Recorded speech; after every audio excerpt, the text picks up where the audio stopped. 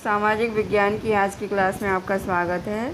आज हम आपको भूगोल की बुक से सेकंड अध्याय पढ़ाने जा रहे हैं, वन एवं वन्य जीव संसाधन। जैसा कि अपन लोगों ने पहले अध्याय में संसाधन पढ़े थे, तो ये भी एक मतलब संसाधन, इनके बारे में थोड़ा सा हमने पहले अध्याय में भी पढ़ा है। अब देखें इसका विस्तार से। इस ग्रह पर हम सूक्ष्म जीवाणुओं, यहाँ ग्रह की चर्चा पृथ्वी से हो रही है, तो इस पृथ्वी पर सभी प्रकार के जीवाणु, सूक्ष्म जीवाणु और बैक्टीरिया, जौक से लेकर बट वृक्ष यानी छोटे जीवाणु से लेकर के बड़ी वनस्पति तक, हाथी और ब्लू व्हेल तक करोड़ों दूसरे जीवधारियों के साथ रहते हैं। मतलब सब एक दूसरे के साथ रहते हैं।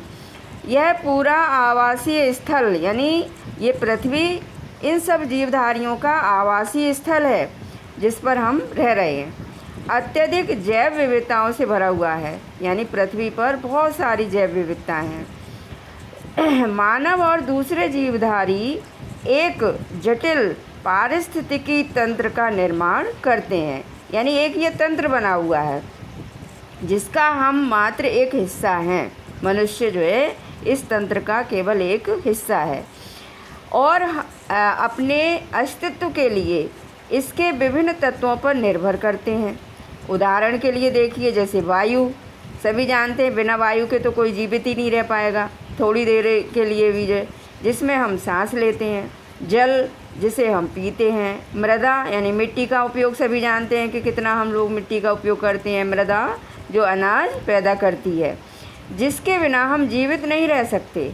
पौधे, पशु और सूक्ष्म जीवी यानी छोटे छोटे जो जीव हैं, इनका पुनः सृजन करते हैं। वन पारिस्थितिकी तंत्र में महत्वपूर्ण भूमिका निभाते हैं क्योंकि ये प्राथमिक उत्पादक हैं, यानी पेड़ पौधों से, वनस्पति से जो पहले पैदा होता है, इसी के बाद इसके उत्पादन का दूसरा उपयोग होता है। जैसे गन्ना पैदा हुआ तो उससे चीनी मिल, एक उदाहरण के तौर पर। अब जिन पर दूसरे जीव निर्भर करते हैं। वन्य जीवन और कृषि फसल उपजातियों में अत्यधिक जैव विविधताएं पाई जाती हैं, यानी चाहे तो पेड़ पौधे ले लें हम, वन्य जीवन, चाहे खेती कृषि की फसलें ले लें, बहुत सारी उपजातियां, इनमें विविधताएं पाई जाती हैं। यह आकार और कार्य में विभिन्न है, परंतु अंतर्निर्भरताओं के जटिल जाल द्वारा, यानी सभी एक दूसरे पर निर्भर हैं, इसके द्वारा एक तंत्र की गुत्थी में बंधे हुए हैं। अब समझें, भारत में वनस्पति जात और प्राणी जात। हम सभी अपने आसपास देखें तो पाएंगे कि कुछ ऐसे प्राणी और पौधे हैं जो आपके क्षेत्र में ही पाए जाते हैं, यानी आप अपने क्षेत्र में आसपास देखेंगे तो बहुत सारे पेड़ पौधे आपको दिखेंगे। वास्तव में भारत जैव विविधता के संदर्भ में विश्व के सबसे समृद्ध देशों में से एक है, और इसका कारण है कि हमारे यहाँ हर प्रकार की जलवायु पाई जाती है और इसीलिए हर प्रकार की जलवायु में पैदा होने वाली वनस्पति हमारे यहाँ पाई जाती है। यहाँ विश्व की सारी जैव उपजातियों की 8% संख्या पाई जाती है। इन संसाधनों का आपके दैनिक जीवन में बहुत महत्व है। सभी जानते हैं कि पेड़ पौधों का हम सभी के जीवन में कितना महत्व है। ये वनस्पति जात यानी पेड़ पौधे और प्राणी जात यानी जितने भी जीव प्राणी हैं, हमारे हर रोज़ के जीवन में इतने गुथे हुए हैं कि हम इनकी कद्र नहीं करते, परंतु पर्यावरण के प्रति हमारी ये जो असंवेदना है, इसके कारण पिछले कुछ समय से इन संसाधनों का भारी दबाव बढ़ा है। यानी जो प्रदूषण हो रहा है, प्रकृति जो ग्लोबल वार्मिंग चल रही है, ये इसी के कारण है, क्योंकि हम पेड़ पौधों की कद्र नहीं कर रहे हैं और काटते चले जा रहे हैं। हमारे देश में लगभग 81,000 वन्य जीवन उपजातियाँ और लगभग 47,000 वनस्पति उपजातियाँ पाई जाती हैं। वनस्पति उपजातियों में से लगभग 15,000 उपजातियाँ भारतीय मूल की हैं और कुछ विदेशी भी हैं। कुछ अनुमान यह कहते हैं कि भारत में 10% वन्य वनस्पति जात और 20% स्तनधारियों के लुप्त होने का खतरा है। इनमें से कई उपजातियां तो नाजुक अवस्था में हैं और लुप्त होने की कगार पर ही हैं। इनमें चीता, गुलाबी सिर वाली बत्तख, पहाड़ी कोयल और जंगली चित्तीदार उल्लू और मधुका इनसिग्निश यानी महुआ की ये एक जंगली किस्म है, और हुवर्डिया हेप्टान्यूरोन ये घास की प्रजाति है। जैसे पौधे शामिल हैं जो मतलब लुप्त होते जा रहे हैं। वास्तव में कोई भी नहीं बता सकता कि अब तक कितनी प्रजातियां लुप्त हो चुकी हैं। आज हमारा ध्यान अधिक बड़े और दिखाई देने वाले, मतलब हम छोटों को तो देख ही नहीं रहे, केवल बड़े पौधों और बड़े जीवों को देख रहे हैं और प्राणियों और पौधों के लुप्त होने पर अधिक केंद्रित हैं। परंतु छोटे प्राणी जैसे कीट और पौधे भी बहुत महत्वपूर्ण होते हैं, उनका भी हमारे जीवन में महत्व है।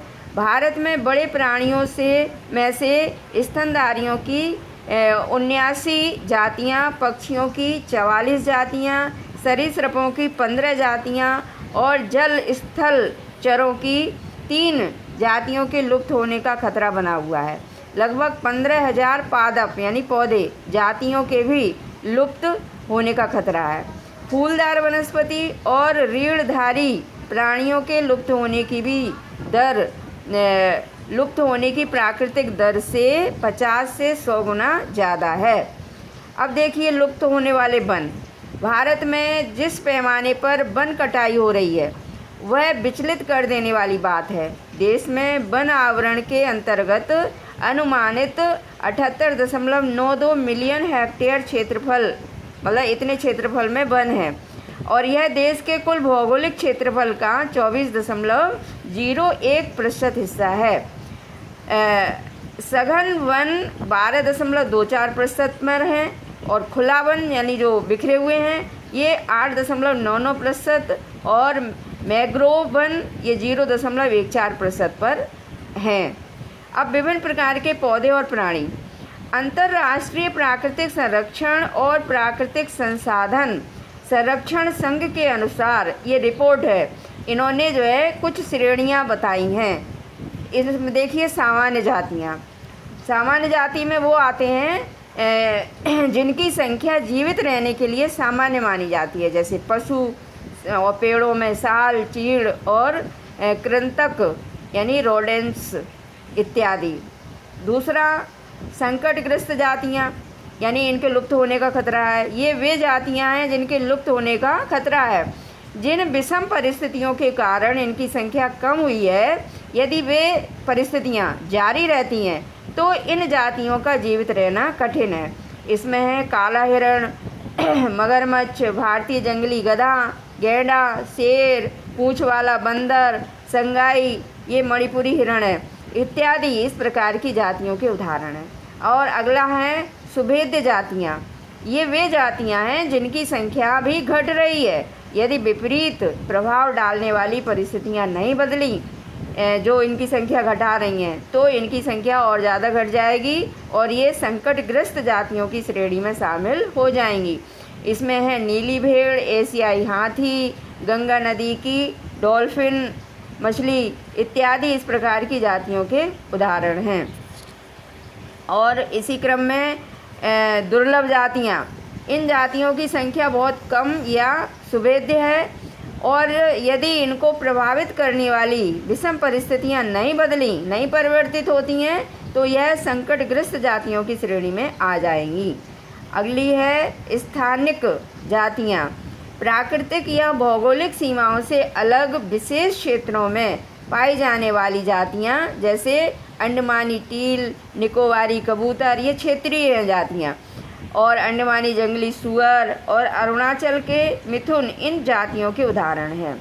अब लुप्त जातियाँ, ये वे जातियाँ हैं जो इनके रहने के आवासों में खोज करने पर ये मिली नहीं, अनुपस्थित पाई गई, और ये उपजातियाँ स्थानीय क्षेत्र, प्रदेश, देश, महाद्वीप या पूरी पृथ्वी से ही लुप्त हो गई हैं। और ऐसी उपजातियों में एशियाई चीता, गुलाबी सिर वाली बत्तख ये हैं।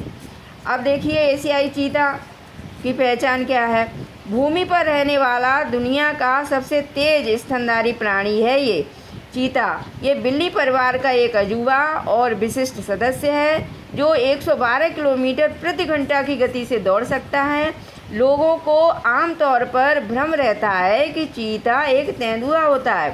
चीते की विशेष पहचान उसकी आँख के कोने से मुंह तक नाक के दोनों ओर फैली आंसुओं की लकीरनुमा निशान होते हैं। और 20वीं शताब्दी से पहले चीते अफ्रीका और एशिया में दूर दूर तक फैले हुए थे, लेकिन अब लगभग लुप्त हो चुके हैं। भारत में यह जाति 1952 में ही लुप्त घोषित कर दी गई थी।